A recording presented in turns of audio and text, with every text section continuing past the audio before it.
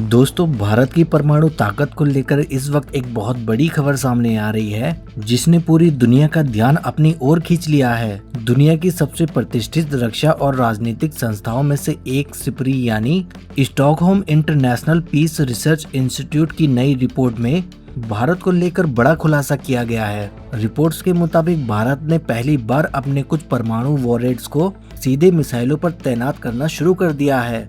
यानी अब भारत सिर्फ परमाणु हथियार रखने वाला देश नहीं, बल्कि जरूरत पड़ने पर बेहद कम समय में जवाब देने की क्षमता भी विकसित कर रहा है। दोस्तों, यह बदलाव क्यों महत्वपूर्ण है और इसका भारत, पाकिस्तान, चीन और पूरी दुनिया की सुरक्षा व्यवस्था पर क्या असर पड़ सकता है, आज के इस वीडियो में आपको हर सवाल का जवाब मिलेगा।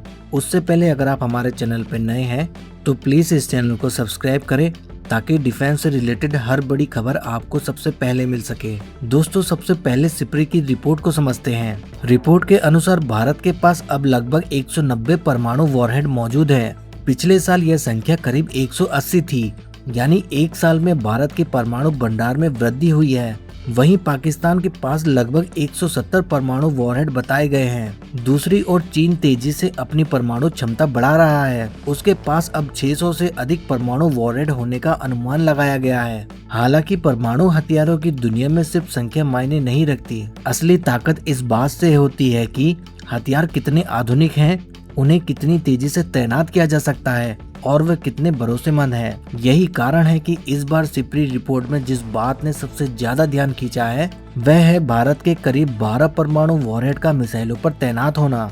अब तक भारत की नीति यह थी कि परमाणु वॉरहेड्स और मिसाइलों को अलग अलग रखा जाए, किसी आपात स्थिति में उन्हें जोड़ा जाए और फिर तैनात किया जाए। इस व्यवस्था का फायदा यह था कि किसी भी तरह की तकनीकी गलती या दुर्घटनावश लॉन्च होने का खतरा बेहद कम होता है। लेकिन अब तस्वीर बदलती दिखाई दे रही है। रिपोर्ट के अनुसार भारत ने पहली बार सीमित संख्या में परमाणु वॉरहेड्स को शांति काल में ही मिसाइलों पर तैनात रखा है। इसका सीधा मतलब है कि भारत अब पहले की तुलना में कहीं अधिक तेजी से जवाब देने की स्थिति में है।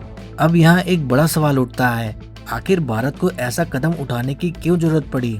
तो इसका सबसे बड़ा जवाब है चीन। दोस्तों, 1962 के युद्ध में भारत ने महसूस किया था कि क्षेत्रीय सुरक्षा चुनौतियां भविष्य में और गंभीर हो सकती हैं। इसके 2 साल बाद 1964 में चीन ने परमाणु परीक्षण कर दुनिया को चौंका दिया था। यही वह दौर था जब भारत ने भी अपने परमाणु कार्यक्रम को नई दिशा देना शुरू किया।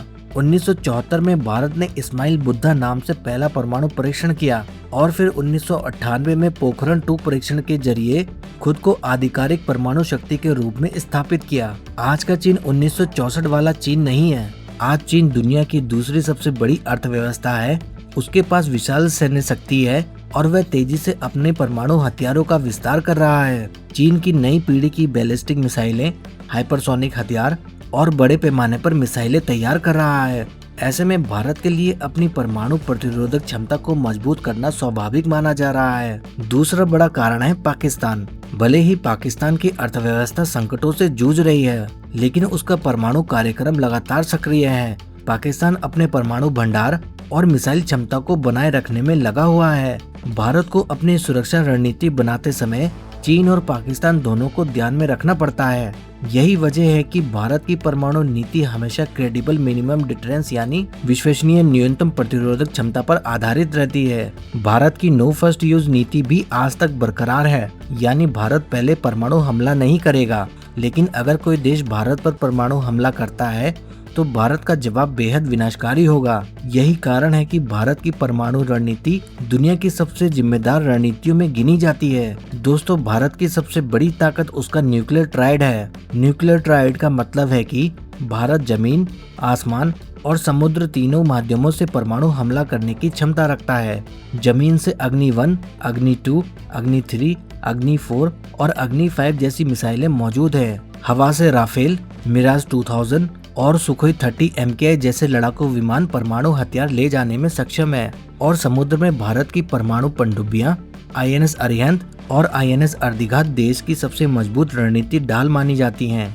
युद्ध की स्थिति में यदि दुश्मन भारत के हवाई और जमीनी ठिकानों को निशाना भी बना ले तब भी समुद्र में मौजूद ये पनडुब्बियां जवाबी हमला कर सकती हैं। यही क्षमता भारत की सुरक्षा को और मजबूत बनाती है। कुल मिलाकर सिप्री की नई रिपोर्ट एक स्पष्ट संदेश देती है कि दुनिया में परमाणु हथियारों की होड़ फिर से तेज होती दिखाई दे रही है। चीन अपनी ताकत बढ़ा रहा है, पाकिस्तान अपनी रणनीति पर काम कर रहा है और भारत भी अपनी सुरक्षा को और मजबूत बनाने में जुटा हुआ है। लेकिन सबसे महत्वपूर्ण बात यह है कि भारत की नीति आज भी शांति, संतुलन और जिम्मेदारी पर आधारित है। भारत युद्ध नहीं चाहता, लेकिन अगर कोई भारत की संप्रभुता और सुरक्षा को चुनौती देता है तो उसका जवाब देने के लिए देश पहले से कहीं अधिक तैयार और सक्षम है। दोस्तों, आप इस विषय पर अपनी क्या राय रखते हैं हमें कमेंट में जरूर बताएं। अगर आपको हमारे द्वारा दी गई खबर पसंद आई हो तो प्लीज वीडियो को लाइक करें, शेयर करें और चैनल को सब्सक्राइब करना ना भूलें। जय हिंद, जय भारत।